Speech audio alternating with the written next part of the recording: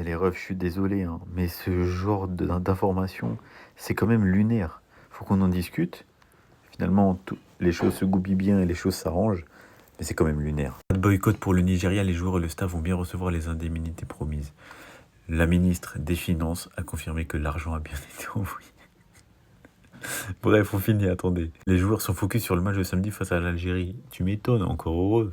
On aura donc ce banger Algérie-Nigeria, fort heureusement pour les fans de football, et pour les fans du Nigeria surtout, et de l'Algérie, mais surtout du Nigeria, parce qu'on parlait quand même d'une équipe qui allait tout lâcher pour des primes.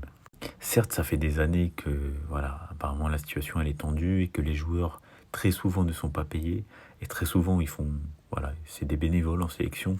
Et voilà, tout travail mérite salaire, ils doivent être payés. Donc la fédération doit se gérer, je suis désolé.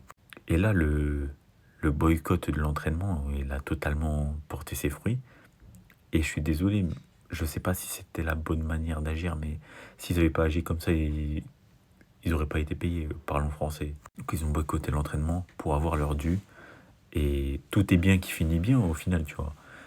Mais quand même, quand tu vois ce genre d'informations, c'est là que tu vois que dans le pays, ça va mal. Là, au niveau de la fédération, ça travaille très très mal. En plus, tu as une équipe remplie de talent, pétrie de talent, à tous les postes, à toutes les lignes.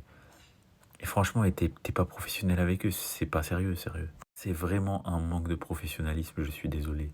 Franchement, chez une grande nation, parce qu'il faut parler, hein, le Nigeria c'est une grande nation du football, faut parler cru. En Afrique et même dans le monde, historiquement parlant, je parle pas actuellement, mais historiquement parlant.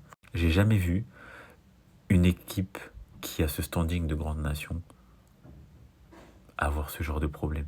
C'est là que la fédération nigérienne de football doit vraiment s'enlever les doigts du pour voilà, pour pas paraître vulgaire et commencer à travailler. Parce que là, au bout d'un moment, enfin, je sais pas, respectez vos joueurs. Genre, je veux bien les joueurs, ils ont pas à boycotter et tout, ça se fait pas pour le peuple et tout, le message que tu renvoies au peuple. Certes, c'est tendu, mais le message que tu renvoies au peuple, c'est, voilà, ils nous lâchent, nous les Nigérians, ils nous lâchent, ils lâchent le peuple, etc.